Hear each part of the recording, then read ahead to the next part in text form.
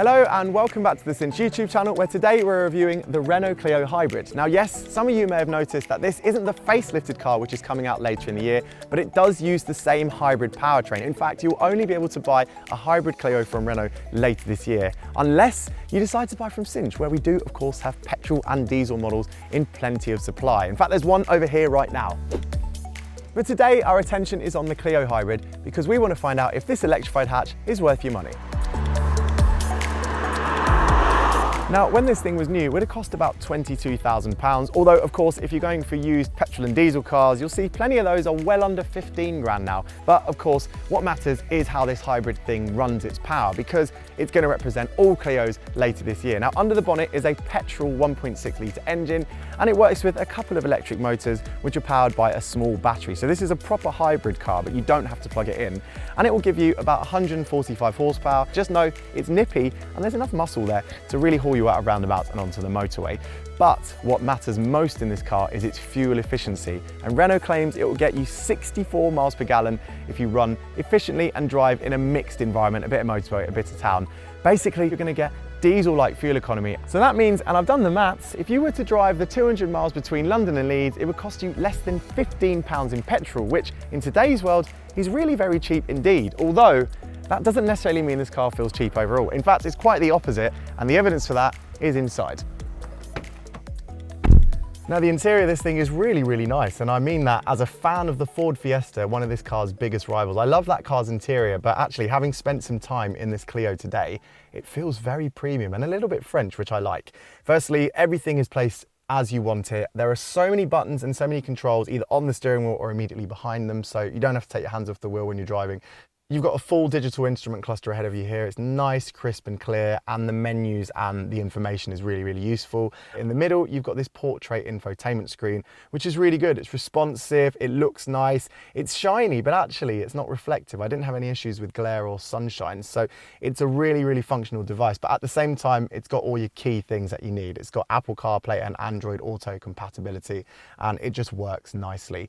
But you still also get controls and dials for things like your climate control, which is very, very good indeed. It means you're not fumbling away in the menus when you just want to change the temperature or turn the aircon on or off. Overall as well, this interior is very, very nice. The fit and finish is good. I wouldn't say excellent. You're not up there in the premium end of the segment, of course, but it feels really good. There are no rattles, no squeaks, and the materials are nice. You've got leathers and you've got plastic on the dash, but it's soft and everything is comfortable. The seats as well, very adjustable. I like to sit nice and low in my car, and you can in this Clio, but you can of course lift them up, have them whichever way you want. Storage space is good as well. Storage space down here, down there, in there. It's very practical. There's a reason why these cars sell really well, and it's because they're a lovely place to sit.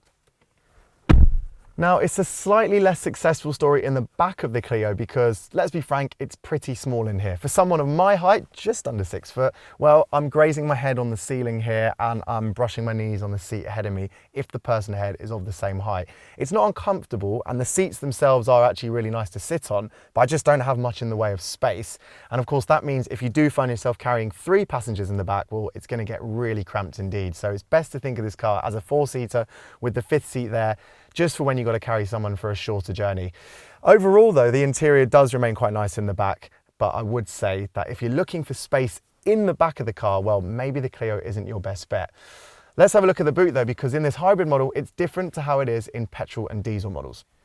Now, because the hybrid model does put most of its electric tech under the boot floor, you do sacrifice quite a bit in space. Now, that petrol model that we have here with us today, it shows you how much room there is lower down in the boot floor of the standard Clio. That was one of the biggest in the class, but when it comes to this hybrid, well, it's one of the smallest in the class because you sacrifice all the room. Even if you take out the spare wheel that this particular car has and the tools as well, you can just see that the floor is shallower. So it's definitely usable. You can definitely get a big suitcase in there, but for those of us who load up our boots quite regularly or have a bigger family, you might struggle with this one.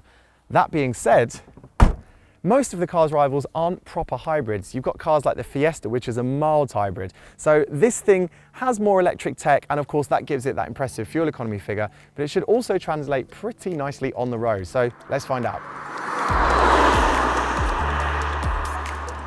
Now, first things first, I should say I'm struggling with one thing in this Clio. and that is getting it to drink fuel. It is so fuel efficient. I've spent the best part of a day and a half driving this thing normally, with occasional moments of putting my foot down just to feel the powertrain, and well, I'm still averaging 57.8 miles per gallon. That includes a bit of motorway driving, actually a lot of motorway driving, a couple hundred miles overall, but then quite a bit of town driving as well. This thing is really, really good at sipping the petrol. And that's obviously what it's all about. So when it comes to picking between petrol, hybrid and diesel, well, there's a very strong argument for the petrol hybrid car here. It's just so good at being fuel efficient. It's also nice and smooth as well. I like the fact that there aren't really any ways to change the way the powertrain works. You can click some buttons on the dash and you can go into an eco or sport mode, but all that seems to really do is just change the way the accelerator feels. If you just leave it in its normal setting, the car will do all of the thinking for you. You just drive it like a normal petrol hatchback, but then by accident, you just end up with great fuel economy. You do feel the electric motors helping you a bit. If I put my foot down here, let's go from 40 to 60 odd. It's a smooth delivery of acceleration. This is not a quick car, but it's quick enough, and it's just really nice and refined because of the electric motors, giving that petrol engine a bit of a help. If you slow right down, and when you drive it in town, the engine will switch off completely and you'll just hear a slight whine of electric motor. It's nice and smooth again in that mode, and because the car is refined, it doesn't feel like you suddenly notice all creaks and rattles. It drives like a good electric car at very low speed, but mostly it's all about letting the petrol and electric motors work together. As for the ride, well, it doesn't feel super soft. It's not extremely supple like some Citroen models, the Citroen C3 I love for how just squidgy and cushiony it is as a hatchback. This does have a slight fidgety feeling over some bumps, but overall it's a very good riding car. It's comfortable, it compresses nicely over speed humps, and yet it's nice and controlled around the bends. The steering is light and the brakes are really low effort. They feel strong and they're just easy to modulate. So it's just a low effort car to drive. Coupled with that electric assistance, it just means everything you do can be smooth and controlled. Visibility as well is very good. I mentioned earlier that the seat can go nice and low for me, and yet I can see around the car really clearly. I can see down the nose because the bonnet of this car swoops away quickly. It doesn't feel like you've got a very big bonnet, but I can still see really far over the nose, can see clearly through the back, and the door mirrors as well. They're nice and chunky, so they give you good visibility. There is a reversing camera as well when you click it into reverse. It's not the highest quality camera, but it's good enough. So it means this thing is very easy to park. And also the turning circle is really good as well. It feels like a car that's been designed for the city, and I don't think that's a coincidence, obviously. I mean, Clios have been a firm favorite for city drivers for a long time, whether you live in the chaos, the traffic chaos of Paris, or whether you live in the bustling London traffic, doesn't matter. This thing is easy to drive and easy to live with. Let's try a corner here. Come on, if you're on the country roads, can you enjoy a bend? Yeah, nice and positive on turning. What I mean by that is you turn the wheel, it feels like it wants to go around the bend. It doesn't feel like it's complaining. And it's got a nice bit of electric punch to get you out the bend as well. That being said, the Fiesta is definitely the more fun car. A Ford Fiesta only comes with mild hybrid tech, so you don't get quite as much of an advanced electrified powertrain as you do in this hybrid Clio. But in terms of ride and handling, the Fiesta feels a little bit more sporty, a little bit more fun.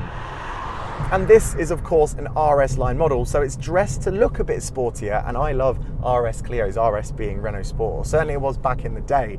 I myself drive an old, very old Renault Sport Clio 182, so I do like these cars and I do enjoy the sporty side of Renault, but yeah, they haven't tried to be sporty with this model here at all. It's just got a few trinkets on the exterior and bigger wheels. You can get up to 17-inch wheels on this car, and so it looks the part, but it just drives and rides nicely. So the Renault Clio Hybrid looks good on paper, looks good in the metal, and it's really nice to drive on the road as well. Having that electric oomph alongside the petrol power means it's nice and smooth and refined on the road. And yeah, okay, while it's not as fun as the Fiesta, its arch rival, it does feel a little bit more upmarket, especially inside. That interior is very nice indeed. Yes, it's smaller and its rivals have bigger boots, but when it comes to just having a nice electrified hatchback with great fuel economy, the Clio Hybrid is a really, really good choice. Later this year, the prices will go up. Renault's turning it into hybrid only, so you're gonna have to spend over £22,000 to get one. But of course, there are loads of used cars out there, especially on Cinch, which means you can save quite a lot of money and still have a great Clio experience. What do you think anyway? Would you choose this over its rivals, or do you think I've gone mad and I'm just Clio biased? I do own one, of course. Let us know in the comments below, and of course, if you enjoyed the video, do click that subscribe button. We'll see you very soon.